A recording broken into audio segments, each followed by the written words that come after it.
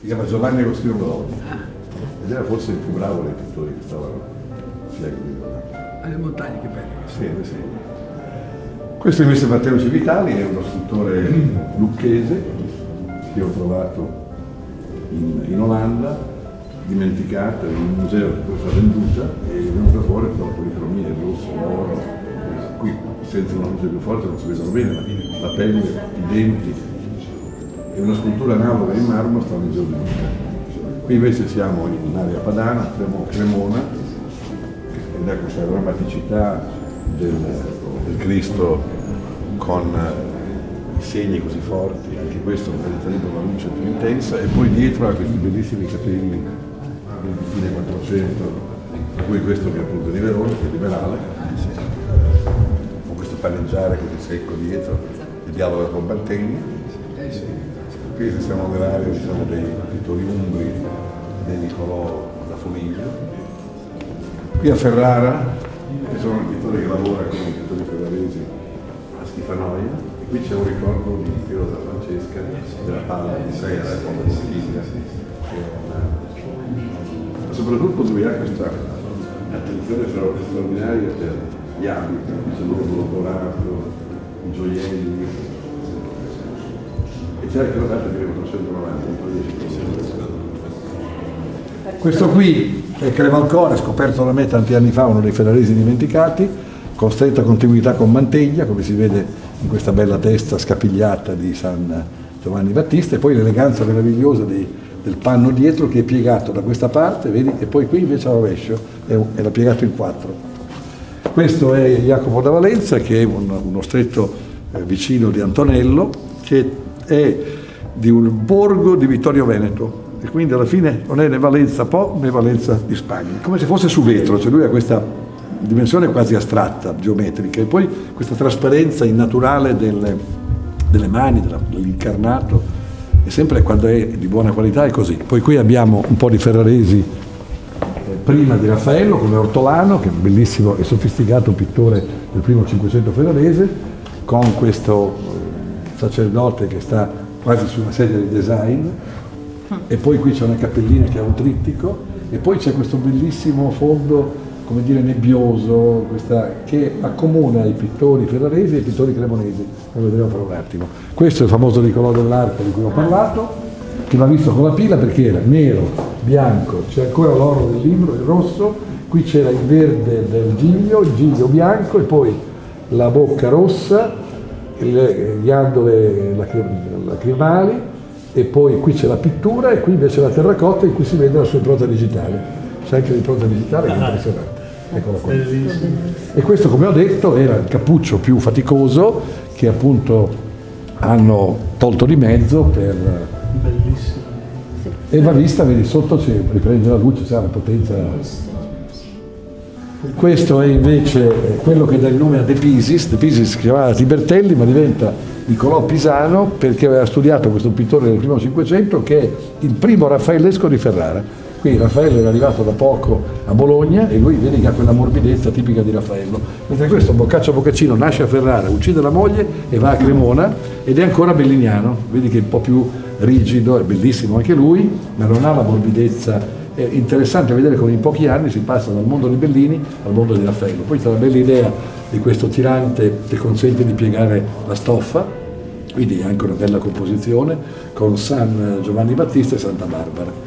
Qui hai quella figura lì che sbuca, questo è bellissimo, questa faccia losca di sì, San Giuseppe. Infatti, San Giuseppe. c'ha una faccia, infatti, ha una faccia dura rispetto alle cose. Questo invece 2000 comprato, essendo un autore che ha fatto pochissime sculture, torna a Niccolò dell'Arca quando muore mia madre nel 2015. Questo è la prima idea del San Giovanni Evangelista che sta a San Giovanni in Monte sul portale a Bologna. La sua scultura con questa cattiveria che vedi qua. Questo è Ortolano, ancora il pittore che hai visto lì, questi ferraresi di primo Cinquecento che dialogano un po' con Perugino. Questo forse ancora Boccaccino, ma l'abbiamo dato a Marbitta. Questa è un'attribuzione, e vedi che anche qui c'è la montagna annuvolata come quella che unisce Ferrara e Cremona. E poi c'è questa bella idea quasi astratta della colonna e del marmo rosso. E lui sembra un bambino che dice: ma perché mi tirano le frecce? Cosa fa? Cioè, Questo invece Johannes Hispanus, un pittore che ha fatto 7 opere, arrivando dalla Spagna e toccando Perugia, le Marche, Viadana, Ferrara, e quando viene a Ferrara diventa ferrarese, quando è a Viadana diventa mantovano, quando è a Perugia diventa... E quindi questo è il momento ferrarese. È bello perché ha fatto poche opere, pochi 7-8 opere, e qui fa questi volti un po' down, che sono immediatamente prima Raffaello, cioè qui Raffaello non è ancora arrivato, ma è arrivato, vedi infatti com'è più morbido. Questi due sono a distanza di pochi anni, questo sarà 15 e quello sarà 16-17. È interessante vedere come l'influenza di Raffaello scongela una pittura che è molto bella ma rigida. Qui siamo invece in pieno 500, pieno, non pienissimo, con questo pittore che è uno dei 2 fratelli di Cotignola, che è una comunità dove gli artisti hanno lavorato con molta, vicino a Ravenna, e sono Bernardino e Francesco da Cotignola, che ha l'influenza dei ferraresi. Questa è una tempera con questo panneggio così fratto, così mosso, che lo rende piuttosto singolare, no? Non consentendo di vedere l'anatomia del corpo, e sono esercizi virtuosistici. E siamo verso 1512-13 prima di Raffaello. Qui invece, notificato quando lo comprai, Altobello Melone, che è uno dei pittori che hanno lavorato a Cremona prima di Pordenone, e sono Boccaccino, che hai già visto, Altobello Melone, Pampurino, e poi Romanino, e poi finalmente arriva Pordenone. Però qui è bellissimo perché vedi un po' Giorgione, un po' Dürer, e questo mondo nordico e veneto che si incrocia in questo bellissimo pittore. Insomma, un'opera molto soddisfacente. Questo è un altro singolare pittore di Caravaggio, firma infatti Francisci Caravaggensis Opus, che non è Caravaggio ma è Francesco Prata, che è un pittore di Caravaggio, che dialoga con Romanino, che ha fatto una Salomè celebre, con citazioni che richiamano ancora Giorgione. Vedi che sia un'aria giorgionesca sia qui, e lì c'è un effetto di luce, che è un effetto proto-caravaggesco, no? Quell'effetto luministico. Questo invece l'aveva studiato Carlo Volpe, il mio maestro, dandolo a Colla della Matrice, esattamente dopo l'arrivo di Raffaello a Bologna. Quindi sono tutte opere che sentono il raffaellismo, questo pittore che è diventato poi famoso dopo la distruzione di Amatrice, perché è il pittore che prende il nome della sua città e che stava sempre in periferia, tra Ascoli Piceno, i piccoli paesi, non arrivando mai a competere con Raffaello e Michelangelo, che pure conosceva. E qui abbiamo un altro bel divertente, un po' corrusco San Giuseppe, e questo controluce molto originale. Questo è Garofalo, che sono i nomi dei ferraresi: Bazzolino, Scarsellino, Garofalo, Ortolano. Garofalo è il più infedele a Ferrara e fedelissimo a Raffaello. Ortolano invece combatte, cioè è un pittore che sente Raffaello ma vuole mantenere il suo rigore, mentre lui si cede, è una puttana assoluta. Garofalo diventa assolutamente raffaellesco, e quindi qui siamo in pieno raffaellismo a Ferrara, che non è naturale, se non perché arrivando Raffaello cambia il modo di vedere il mondo. Questo è l'Orezzotto che citavo, che ho comprato a New York, che poi è stato riconosciuto come Ludovico Grazioli, che è uno dei personaggi citati da Lotto nel suo libro di spese. E questo Ludovico Grazioli, che evidentemente aveva un mal di fegato, aveva quest'aria malmostosa, con quest'aria, come dei ritratti di Lotto, di un uomo un po' sfigato, vuole lasciare memoria di sé, e quindi lascia dei proposte di memoria, Patris, è una specie di testamento verso i nipoti. E poi ha questo bel fondo Prugna, che si ritrova anche dall'altra parte, in mezzo il famoso Guercino che vi ho raccontato, la storia te l'ho già detta, la bellissima natura morta. Lui è un po' avinazzato, e poi vedi che ha la bella veste operata di velluto, e questo appunto era finito a Fort Worth, e c'è ancora la cartolina. Poi c'è una bellissima La mano, sì. Bello. Questo Passerotti è il più importante ritrattista del secondo Cinquecento bolognese, che è un pittore che fa questi fondi Prugna, sempre queste figure così un po' attecchite, e questo in realtà è importante come soggetto perché questo è Francesco Righetti, poi ti diamo il catalogo. E questo invece Ludovico Maiorino era l'inquisitore Torquemada del Cinquecento, che scrive Clipeus Militantis Ecclesiae. Questo è lo scudo della Chiesa militante, con cui condannava a morte gli eretici. Guarda che faccia, sembra Luciano Violante, vedi? Un proposito di magistrati che fanno girare i coglioni. Però poi questo movimento pieno del panneggio, questo dipinto ha una bella storia anche lui, perché apparteneva a Picco Cellini, che è stato il più grande restauratore era figlio dell'amico di D'Annunzio Gaetano Cellini, Giuseppe Cellini, ed è stato un grande restauratore, morto più di 100 anni. Questo è ancora Lorenzo Lotto, è Lorenzo Lotto romantico. Io l'ho comprato come Tiziano, poi alla fine abbiamo convenuto che sia Lotto, ma è quel momento in cui lui dialogano, perché mentre i soggetti di Lotto sono sfigati, i soggetti di Tiziano sono persone invece... E questo dove l'aveva comprato? Questo l'ho preso, questo è divertente perché la storia è: passa un'asta Olimpia di... dove è andato a Sgarbossa? Un'asta Olimpia di Londra, e valutato 15-20 mila sterline. Io prendiamolo subito di Tiziano, poi mi trovo contro Peretti e l'ho pagato 460.000 sterline, quindi molto per il quadro, poco per Tiziano, però il fatto che sia salito prova che un altro ci credeva, quando un quadro sale dà la misura che... E questo bravissimo antiquario, uno dei più bravi antiquari d'Italia, lo ha battuto e poi no. Era un po' più corto perché l'abbiamo poi aperto, vedi che anche questo ha questi bellissimi bottoni, è un architetto probabilmente. Questo meraviglioso Bastianino, pittore che sembra un pittore impressionista, che disfa tutto, ma disfa soprattutto la forza di Michelangelo. E infatti a Ferrara lui fa il Giudizio universale che c'è a Cappella Sistina, come se fosse tutto annebbiato, con le figure disossate, quelle di qui. Vedi che è come se non ci fosse, come una nuvola, però è una pittura meravigliosa. Era l'autore su cui ha fatto la monografia, il mio maestro Arcangeli, e poi c'è anche lì per la bella natura morta, di Chiodo. Questo stava nella chiesa di San Benedetto a Ferrara, fortunatamente fu portato via prima che la chiesa fosse bombardata, quindi siamo riusciti a salvare. Vai al Ministero degli Interni e nella stanza che era di Napolitano vedi un dipinto di questa serie. Poi vai alla Cassa di Risparmio, erano stati di quello che aveva studiato, come si chiamava? Non Mathyssen, erano stati di Whitefield, che è un famoso mercante, due che ha comprato la Cassa di Risparmio quando avevano i soldi. Poi due sono a caponipote, quindi sono 6, e sono le storie del bambino nero, perché la famiglia Nigrisoli di Ferrara, Nigrisoli, contrariamente a quello che fa Salvini, era orgogliosa di essere nata da un bambino nero di famiglia aristocratica africana. Eccolo qua, ecco il bambino nero. Quindi è tutta una storia di questa famiglia che viene dall'Africa, e questo è il bambino che viene... Tu vedi, tutti sono 6 dipinti che raccontano questa storia, trovati in diverse... Questo lo trovai a Santa Maria Capo Vetere e integra la collezione, quindi è uno dei 6 dipinti che raccontano la storia del bambino nero, che è il progenitore della famiglia Nigrisoli. Divertente. Poi c'è questa apertura di paesaggio che coincide con quelle, diciamo, bolognesi dei Carracci, perché siamo ai primi del 600, e questo invece apre la strada ai paesaggi dei Carracci, che è il meraviglioso pittore a cui non si può rinunciare, Mastelletta, che è un pittore visionario, sublime, qui in una fase però in cui ancora il suo paesaggio è il paesaggio contadino, qui c'è la contadina che dà il becchime, questa che prende il latte, quindi è pieno di poesia, che lui è un meraviglioso pittore visionario. Io ho fatto una mostra sulla pittura da Cimabue a Morandi a Bologna, facendo una sala con 7 quadri suoi, sembrava di galleggiare sott'acqua, perché è un pittore così equoreo, meraviglioso. Questo qui è la sua fase, diciamo, più legata al mondo contadino, ma si vede già qui che mira a qualcosa di visionario. Andrea Donducci, detto il Bastelletto. Bononi, che è uno dei grandi, l'ultimo pittore ferrarese, una piccola storietta della Sacra Famiglia con la madre aristocratica, l'apertura di paesaggio e il bambino che dà da mangiare al papà, che sta bevendo l'ambrusco anche lui, c'è un fiasco.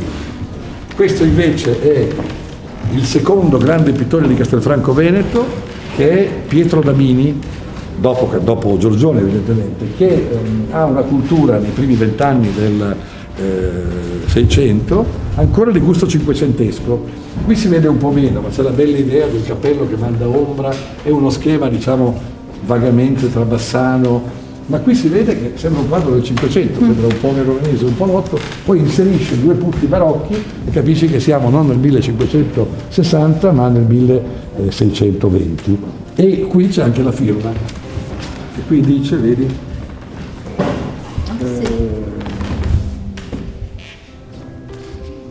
Petrus de Castelfranco, Pietro di Castelfranco.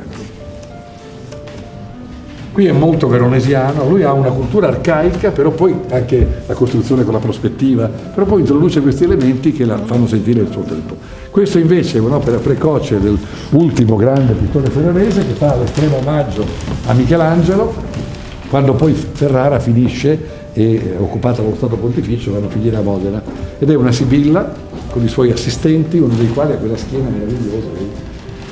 No, la Sibilla, quella che strisce, no? Non No. quella di Venezia. No, quella di Venezia. Quella di del Canal Grande, che l'ha messa al primo quadro. Questo qui. Ah, è questa è la Sibilla. Questo qui siamo nell'84. Sì, allora avviene così. Io, allora, dov'è il Barbossa? Io, siamo così, io guadagnavo lo stipendio di ispettore, sono stati 400.000 lire. Poi avevo 2 milioni al mese dell'europeo, che era buono, come dicevo. Poi comincia Ricci, che era meraviglioso perché è riuscito ad avere tutti i grandi scrittori, da Borges a Calvino, perché pagava 250.000 lire a cartella, per cui facevo 4 articoli e uscivo con 10 milioni al mese, per cui avevo 13-14 milioni al mese, quindi sapendo che li avevo vanno da Biancini. Biancini ha questo quadro, un famoso antiquario in casa, Biancini, Ettore è molto bravo. Lo loda molto e stava nell'oratorio della Scala, ma quando lo compro sono talmente emozionato che prendo una barca, lo carico sulla barca e poi lo metto sul tetto della macchina e l'ho portato a casa, avendo fatto un assegno in bianco, perché i soldi non ce li avevo, era questo, quindi scappavo con l'opera. Pietro Paolini, che era il gesto lucchese, con un'idea che viene da Salvatore Rosa? No, viene È molto rosiano, è molto rosiano, però l'idea è di soprattutto qui. del bambocciante Lear, il quale fa un dipinto in cui si vede un negromante che fa cuocere un teschio e esce una specie di demonio che lo cattura. È bella l'idea? No, lo chiama prodigioso parto questo qua. Prodigioso parto. E si vede lui che sta nel suo studio e arriva il demonio con le zampacce. E qui c'è il teschio, questo è più corrusco, però lo spirito è questo. Ed è un quadro che entusiasma i bambini perché vedono negli artigli, com'è? T-Rex. T-Rex. Qui siamo invece la Marchesa di Bristol, Bambino che era dice, che bello, c'è il T-Rex alla mostra a Ferrara.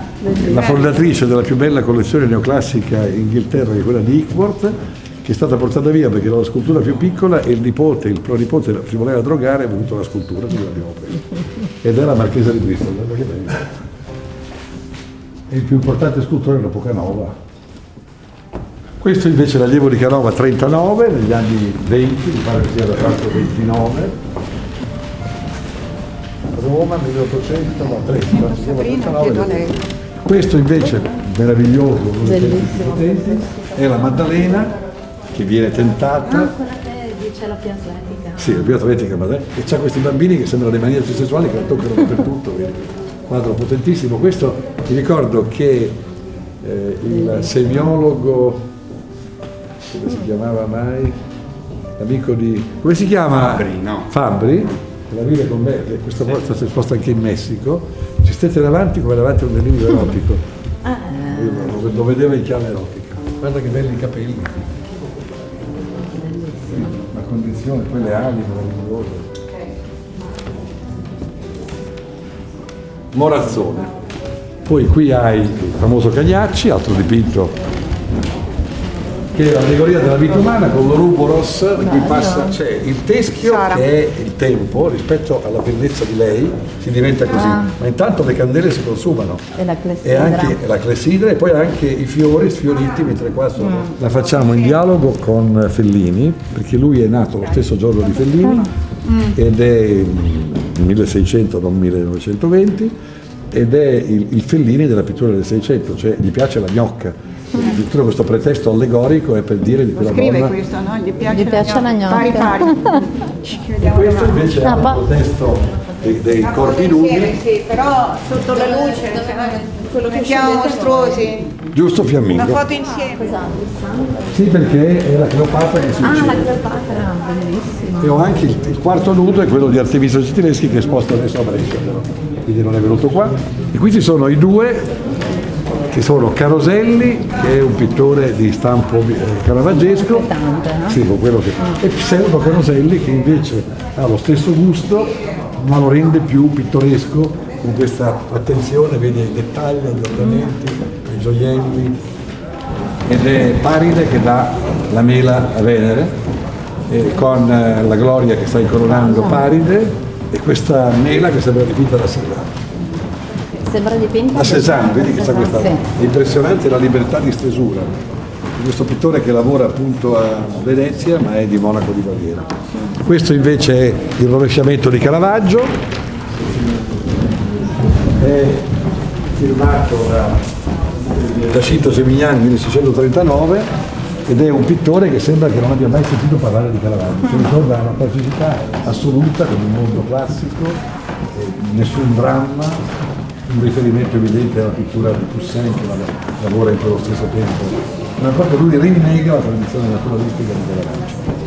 Questi invece sono i caravaggeschi insediati a Venezia, nel Veneto, e questo in particolare è la scuola di Verona, Marcantonio Bassetti, che è il capofila che coniuga Bassano con Caravaggio. Questi bei pastori poveri, questa pittura molto libera, Marcantonio. Questo invece è il più importante dipinto del pittore Alessandro Rosi, che è un pittore fiorentino con Agare l'Angelo, con la sua cornice originale, ed è anche la copertina della monografia sullo stesso pittore, Alessandro Rosi. Questo è Ribera, che è il pittore che ha più senso della carne e dipinge quasi graffiando il colore, rispetto a Luca Giordano che invece ammorbidisce quello che lui graffia, guarda la forza. È più bravo di Caravaggio con la pittura, ma meno intelligente con la composizione. La pittura di lui però guarda come fa le dita, guardali lì. Questo è proprio, dà piacere a vederlo. Questo era di Pio IX, il Papa, ed è uno dei primi seguaci di Guercino, che si chiama Matteo Loves, che è un tedesco che viene a lavorare a Cento e sta nella bottega di Guercino. Questo è il maestro di Caravaggio, Cavaliere d'Arpino, nella fase fortemente michelangiolesca. Questo Simone Cantarini è un pittore di Pesaro, che muore a 37 anni e che rappresenta l'allegoria della pittura in chiave totalmente antirealistica, è proprio una figura idealizzata, anche lui, infatti lui è legato a Guido Reni e la pittura del bello ideale, con un'armonia meravigliosa. Questo è della collezione Ercolani ed era nero, ma è conservato, è sempre dipinto ieri, guarda com'è questa nastro. Quando li vedi conservati così bene fanno godere fisicamente. E poi c'è quello della... E poi c'è quello piccolino, che si parlava prima, a cui ho trovato questa bellissima cornice in pietre dure. Bellissima. Poi qui l'ultima sala in cui ci sono un po' di ritratti, questo Baciccio, il più grande pittore diciamo, del barocco romano, che è un Bernini romano, Nicolas Regnier, che è un francese che viene a lavorare in Italia a fianco dei caravaggeschi, Ferdinand Voet, che è un pittore di grazie meravigliose, di bellezza, di eleganza, guarda che incarnato. E questo è di quelli che sono dietro, firmati e datati, c'è tutto, è firmato e datato 1671 e si sa che lui è il Marchese dei Cavalieri. Mentre quello che ha detto che l'ha preso per ultimo, che non c'è neanche nel catalogo perché l'ha acquistato... Okay. Questo è altro grande francese, Philippe de Champagne, firmato e datato, che fa questo ritratto di un segaiolo, evidente, sì. E ha una bellissima cornice. Le cornici le avete cambiate voi? Alcune, sì. Okay. Questo è stato appena attribuito a Giusto Lecour, che è il grande scultore barocco che lavora alla Salute di Venezia nell'altare maggiore. Poi qui abbiamo la famiglia di Magnasco, la famiglia sulla farmacia, ho sbagliato, quindi è un tema di casa. Sì, una bella farmacia. Sì. Magnasco. Qui abbiamo Meus, che è un pittore invece di fiorentino, con una cultura che sente anche il mondo di Rembrandt, quindi c'è questa pittura corrusca, calda. Questo è Franceschini, che non è Franceschini ma è Franceschini, pittore del secondo Seicento, primo Settecento, purista assoluto, è il pittore più purista, più casto, ma scende dalla tradizione di Guido Reni. Questa è la Maddalena, questo è l'ultimo arrivato che lavora a Venezia nella chiesa di San Benedetto, a Palazzo Albrizzi e a San Giacomo dell'Orto. È un pittore impressionante. Dell'Orio, sì. Pittore impressionante, con queste salsicce. Poi qui c'è questa figura che appare dentro la nuvola. E l'adultera che è portata davanti a Cristo. Ha queste lacche bellissime di colore. Sì. La metafora della nuvola cosa significa? Non si sa, è una cosa esoterica. Questo è Vincenzo Vela, firmato, questo l'ho preso a Venezia, non si erano accorti che era firmato qua sotto. da Semenzato tanti anni fa, e via, trovai la firma qua sotto. Su questo bellissimo Stern, è un pittore austriaco che lavora in Italia, fra Lugo, Forlì, Bologna, sono in sovrapporta con Diana, con i cani e i simboli della caccia, tra cui i fucili.